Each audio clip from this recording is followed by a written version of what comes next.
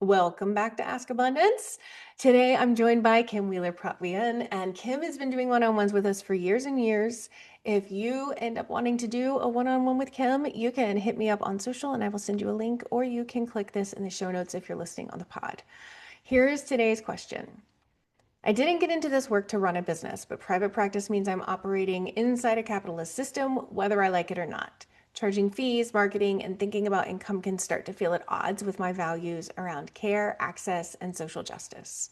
Sometimes I worry that wanting stability or growth means I'm selling out or losing my integrity. How do I reconcile my values driven with the reality that private practice is still a business? Juicy, juicy. So before we answer, I want to thank Therapy Notes for sponsoring Ask Abundance. I've talked about them for years. I know their features by heart, but what truly sets them apart is that they genuinely care about your experience. It's not just about troubleshooting. They actively implement user-suggested features like therapy search, secure messaging, and their AI Notes feature Therapy Fuel. Everyone at Therapy Notes believes in the product and wants you to love it too. Plus, they're independently owned, which means no venture capital and no pressure to prioritize investors over customers. This independence allows them to keep their prices fair, to focus on innovation, and prioritize customer experience. With over 100,000 therapists already on board, they've proven that you don't have to compromise success for quality. If you're ready to see for yourself, try Therapy Notes free for 2 months with the code ABUNDANT at therapynotes.com.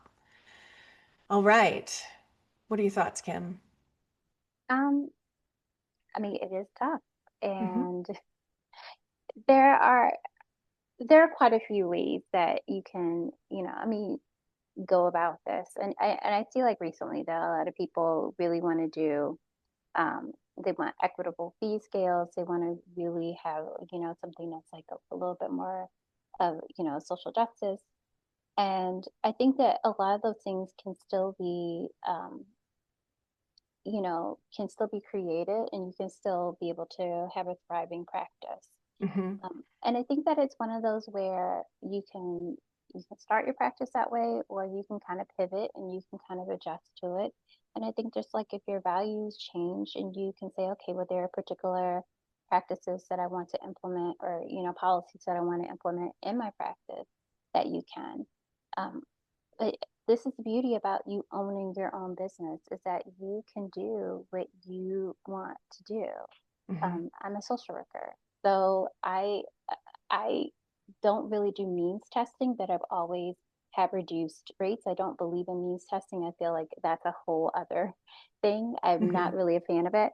But I also very much like will adjust what it is that a person's going to pay, um, based on what it is that they can afford. But I also realized that in order for me to do that, I had to have some kind of business plan in place. Whether you are running a nonprofit or you're running a for profit business, you still have to have a plan, because, the machine still has to keep cranking out. It still has Mm-hmm. to run, it still has to go. And once I kind of stood back from that and kind of see that even in all the clinics that I worked in and all that, that they still had some kind of model that they had to follow through in order to be able to pay it. And so once we kind of look at it and say, okay, well, what is it that I believe in? Who is it that I want to serve? And is it accessibility? Well, how can I actually do that? And what does that look like?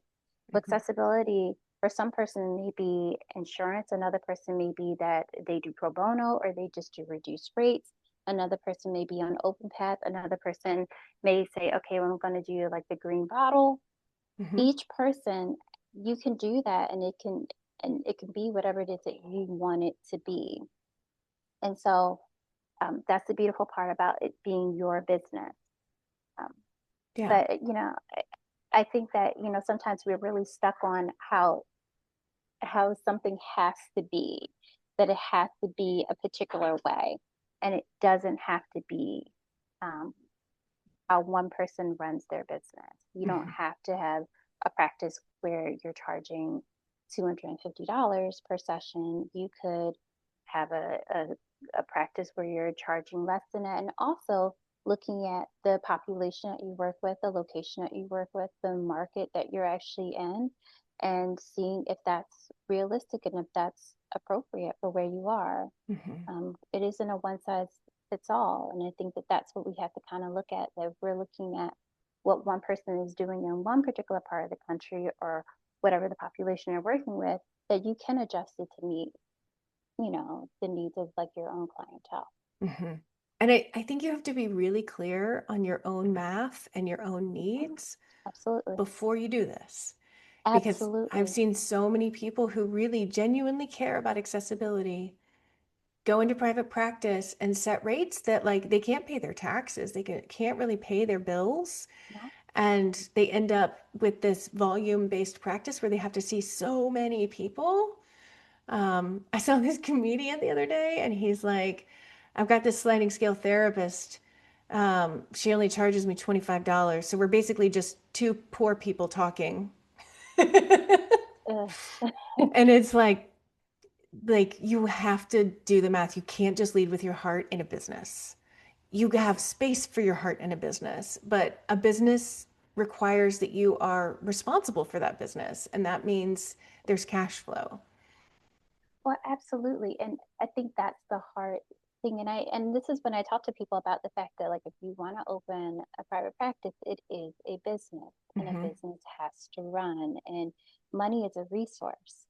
I think that we put a lot of other values onto it, but money is a resource. I mean, we say Hmm. money is power, money is this, but it is like it's the thing, like it's the gas that keeps it moving. And you have to kind of look at what it is that you need to ensure this to keep going. Like you need to pay your malpractice, you need to pay your taxes, you need to pay if you have an office overhead, or you need to pay your internet. You have all these other things along with you need to feed yourself. You need to feed the actual mini machine that's running the machine, right? And Hmm. that thing has to keep going. And I think that sometimes we tend to forget that because we really look at what the mission is and we really kind of get caught up in that and we get caught up in the why, and the why is that because I want to help this person, I want to help that person, I want. And the thing is that if we kind of take ourselves out of it and we say, okay, well, this is what the actual problem is, right? These are what the actual pain points are. If we step back a little bit, it's like, okay, well, these individuals need help or this group needs help. Okay, but I'm only one person or we're only a collective and we can do this.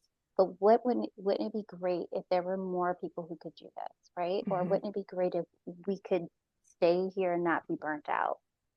So there are other ways that we can do that. We can, organize fundraisers. We can like donate or encourage donation to mutual aid funds so that we can actually collect that.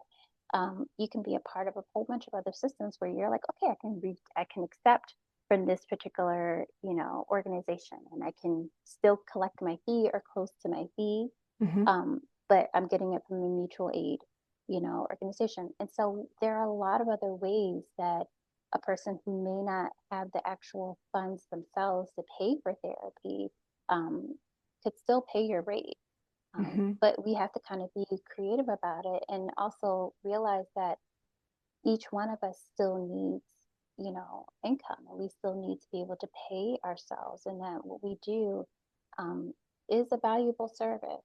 And Hmm. I know that we go through this thing about this is what our worth is, but it's really hard to quantify worth. Yeah. Um, Oh, yeah. and it's really hard, and it kind of goes into this thing of value, and especially now with how our economy is. But we have to be real about the fact that we have to pay our bills.